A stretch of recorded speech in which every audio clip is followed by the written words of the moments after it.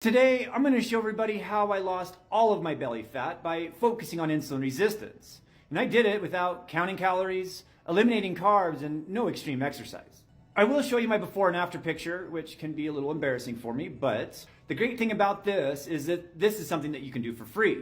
Full disclosure, there are some plant-based products that I use every day that have just made this much easier. And for those of you interested, I can share some information on that as well. I'm finding a lot of people everywhere on TikTok getting great results following the same protocol. Steve was a type 2 diabetic for over 20 years. He's lost 70 pounds and he's on no more medications. This is the same system this guy Matt's been following, and he was diabetic for 14 years before finding it. Both of them were struggling with symptoms of insulin resistance. Now, if we focus on insulin resistance, a lot of those symptoms, they can go away, right? For example, if you have a bunch of extra belly fat like I did, it can go away when you focus on insulin resistance. So how do we do that? The science behind the research I'm about to show you has been done by scientists and researchers that are much smarter than I am. I've already done TikTok videos on these, and so I'm not going to spend a lot of time on the subject, but if you're interested, you can go look. Thousands of years ago, before we were eating 3 meals a day, 6 meals a day, and snacking all day, we were either fasting or we were feeding. When you're in a fasted state, you're not starving yourself, you're just switching fuel sources. You're now burning fat for fuel.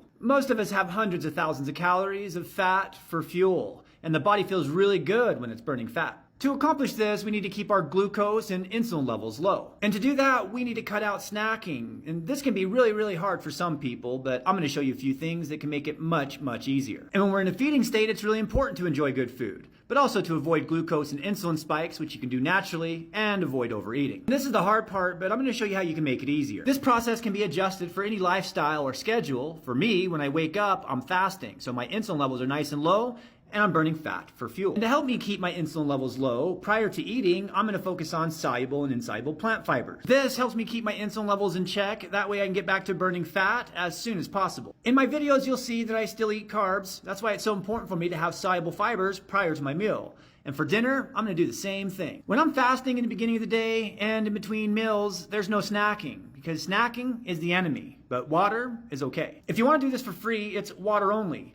For lunch, you want to prioritize fiber, protein, and healthy fats. There's no snacking in between. And for dinner, you want to have the same type of meal. And this is really going to help you out. I use a couple products to help me with that. One of them is called Unimate. It helps me avoid snacking. It's very sustainable, and I absolutely love it. Because I found it difficult to eat a bunch of fibrous foods prior to my meal, I decided to supplement, and the product is called Balance. There's 5 patents on this, and it's been proven to lessen glucose spikes. Then I mix up another Unimate midday in between meals to help me avoid snacking. The system's helped me avoid snacking and overeating, and it's helped me keep my glucose and insulin levels low. It's the best